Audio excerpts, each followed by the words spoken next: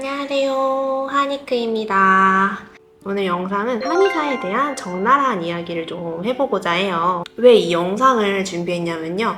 제가 처음에 한의사가 되고 싶었을 때 주변 지인분들 중에 한의사가 없으셨거든요. 물어볼 곳이 없어서 친구의 사무촌이 중의사셔서 이제 중의사한테도 여쭤본 적 있고요. 친구의 아빠의 친구가 이제 한의사셔가지고 이제 건너서 한의사에 대한 전망에 대해서 여쭤본 적도 있습니다. 이게 주변에 한의사가 없으면 이 업계 현실에 대해서 물어보거나 조언을 받기가 정말 힘들어서 걱정이 됐었거든요. 그래서 그런 과거의 저의 모습이 있기 때문에 그런 점을 궁금해하시는 분들이 있다면 이 영상이 도움될 것 같아서 오늘 준비를 해봤습니다. 가운 입은 모습은 처음 보여드리는 것 같은데 잘 어울리나요? 실제로 이렇게 머리를 묶고 화장은 이것보다 조금 약하게 하고요.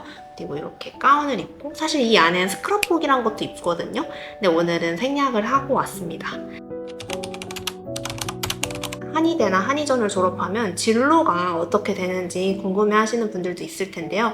우선 첫 번째는 저 같은 공직입니다. 졸업을 하자마자 로컬로 나와서 페이를 받고 일하는 한의사들이에요. 두 번째는 전문의입니다. 한의사도 전문의 제도가 있어요. 그래서 수련병원에 가서 인턴 1년, 레지던트 3년 과정을 거치면 전문의가 됩니다.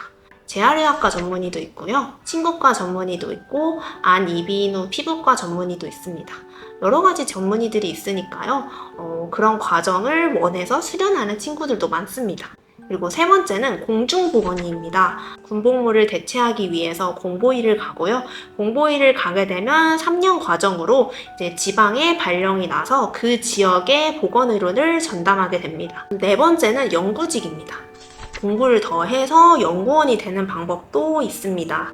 그리고 마지막은 개원의입니다. 그래서 대부분의 한의사들은 결국 마지막에는 개원의가 되고 개원의로 성공하는 것이 목표이신 분들이 많습니다. 간단하게 이제 한의사란 직업에 대해서 브리핑을 해드렸는데 그럼 제가 이제 일을 한 지 6개월이 넘었거든요. 병아리 같은 임상 경험이긴 하지만 이 6개월만이라도 이제 느낀 점이 어떤 건지 말씀드리고자 합니다. 연봉 주 5, 40시간 기준으로 한 대부분 최저 세후 500 이상, 세전 연봉으로 치면 한 7,500 이상이거든요. 그리고 또 이 비급여에 대한 첩약이나 뭐 추나 이런 비급여에 대한 매출은 따로 인센티브제로 되고 있기 때문에 이거는 업장에 따라서 다릅니다. 물론 요새는 주 3이나 주 4로 일하는 형태도 있어서 요거는 굉장히 차이가 있을 수 있고요. 현재 2023년에는 업계가 좀 어려운 탓에 약간 연봉이 내려간 경향도 있거든요. 근데 그거는 때마다 다르니까 제가 뭐라고 말씀을 드리기는 어려울 것 같아요. 제가 느꼈던 가장 큰 단점은 생각보다 힘든 노동 강도입니다. 이게 생각을 해보면 당연한 건데 임상에 나가기 전까진 몰랐어요. 환자분들은 베드에 누워 계시고 저는 이제 거기다가 침을 놓잖아요. 그럼 여기가 이제 베드라고 치면 베드의 높낮이가 이 정도기 때문에 이렇게 침을 놓거든요. 그럼 목과 허리가 엄청 구부러진 자세로 침을 놓게 됩니다. 이것 때문에 목 디스크나 허리 디스크나 아니면 여러 가지 통증을 호소하는 실제로 한의사 분들도 많으셔서 스쿼트 자세로 허벅지만 내려가서 고든 자세로 침을 놓으시는 분들도 있는데 사실 너무 바쁘다 보면 그렇게 일일이 스쿼트 자세를 하기도 힘들어요. 그렇기 때문에 결국은 많은 분들께 침을 놓을수록 저희의 목과 허리는 굉장히 많은 부하를 받을 수밖에 없습니다. 그리고 또 추나를 할 때 이렇게 제 손으로 누르게 되거든요. 물론 베드에 낙차를 이용하긴 하지만 제 손으로 누르면서 이 손목에 굉장한 부담이 가게 됩니다. 임상을 한 지 초기에는 이 손목이 특히 오른 손목이 너무 아파가지고 집에 가면 막 시려가지고 너무 힘들어하고 그랬거든요. 아무래도 많은 환자를 보시는 분들은 이 손목 관절 고질병을 달고 사실 수밖에 없어요. 그래서 생각보다 워라밸이 좋은 직업이라 생각했지만 노동 강도가 강한 편입니다. 그리고 감정 소모가 좀 심한 편이에요. 체력적인 어려움도 어려움인데 아무래도 정신적인 어려움도 좀 있거든요. 근데 요거는 사람들마다 다를 수 있어요. 하지만 저한테는 좀 정신적인 스트레스가 더 힘든 부분으로 와닿았던 것 같아요. 일단 어쩔 수 없는 게 아픈 분들은 기본적으로 스트레스를 받으시는 상태예요. 몸이 안 낫고 몸이 계속 아픈데 어떻게 짜증이 없을 수가 있겠어요. 저는 제가 이거를 달래드리는 것도 치료의 일환이라고 생각을 합니다. 실제로 환자분들과 공감대를 형성하는 것이 치료 효과에 굉장히 영향을 끼친다는 결과도 많거든요. 이런 환자분들의 스트레스, 걱정을 잘 달래드리는데 제 에너지를 또 쏟는 편이에요. 정신적으로 제가 많은 분들을 신경 써드리면서 제가 정신적인 에너지를 쓰는 부분도 있기 때문에 이게 정신적인 면에서도 굉장히 노동 강도가 센 편이라고 생각을 합니다. 그 다음에 고립된 인간관계가 단점으로 꼽을 수 있습니다. 이제 큰 한방병원이거나 이제 수련을 하는 친구들 아니면은 대부분 한두 명의 한의사가 일을 하는 업장에서 일을 하게 되는데 환자분들을 제외하고는 하루 종일 그렇게 톡 터놓고 대화할 사람이 많지가 않아요. 그리고 이제 한의사의 근무 환경이 보통 독자 진료를 하는 환경이에요. 이 몇 평 안 되는 이 공간에 갇혀 있다는 생각이 들기도 하거든요. 그래서 인간관계가 일하는 동안은 고립되어 있다는 느낌을 받습니다. 그리고 계약직이라는 점이 특징입니다. 이제 공직이의 경우 1년씩 계약을 하고 있습니다. 그래서 근로의 연속성이 떨어지는 게 단점이기도 하고 어떤 분이 생각하기에는 1년 일하고 쉬다가 또 다시 재취직할 수 있기 때문에 그걸 장점이라고 생각하시는 분들도 있습니다. 연차나 칼퇴는 어렵습니다. 근데 요새 직장 다니시는 분들을 보면은 노동 환경이 많이 개선되어가지고 연차도 많이 쓰시고 유연적으로 근무를 하시잖아요. 한의사의 경우에는 연차를 쓰면 저희를 대신할 한의사를 또 구인해야 되고 복잡성이 있기 때문에 연차 개수도 이제 회사원들에 비하면 적은 편이고 쓰는 것도 이제 병원이나 한의원의 스케줄과 고려를 해서 써야 합니다.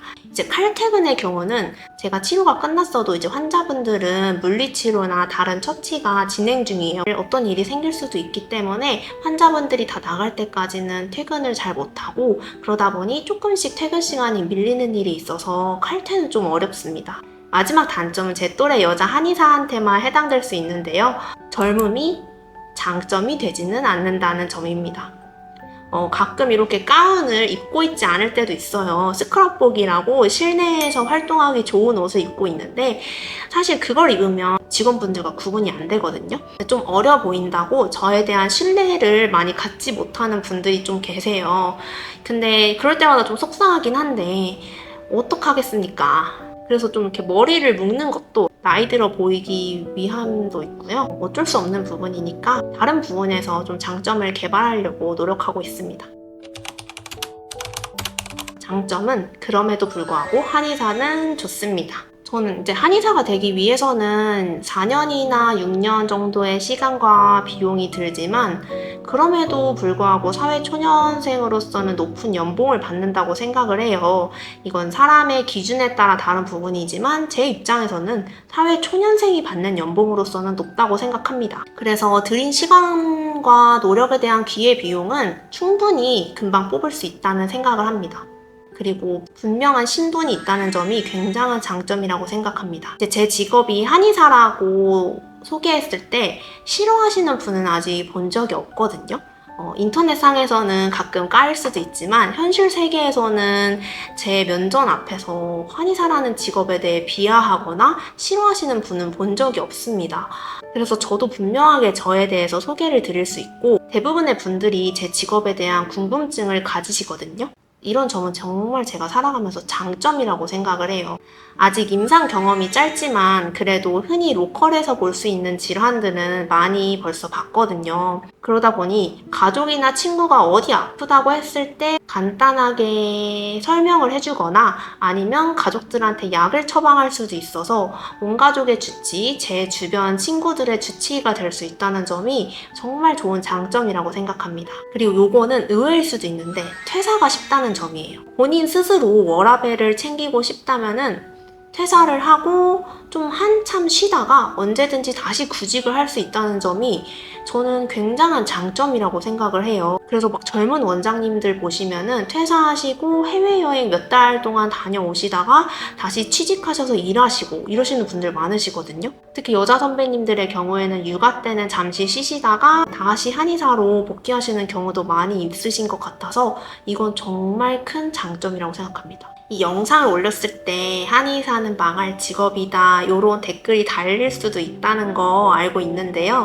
근데 그런 댓글을 보면서 이제 진지하게 고민하시는 분들도 많으시더라고요. 그래서 그런 분들께 도움이 됐으면 하는 바람에서 이 영상을 찍었고 이 영상을 올릴 예정입니다. 앞으로 임상 경력이 뭐 3년, 5년, 10년 쌓아가면 직업에 대한 만족도가 달라지거나 제가 느낀 단점과 장점들이 바뀔 수도 있겠지만 지금으로서는 굉장히 만족하고 좋은 직업이라고 생각을 해요.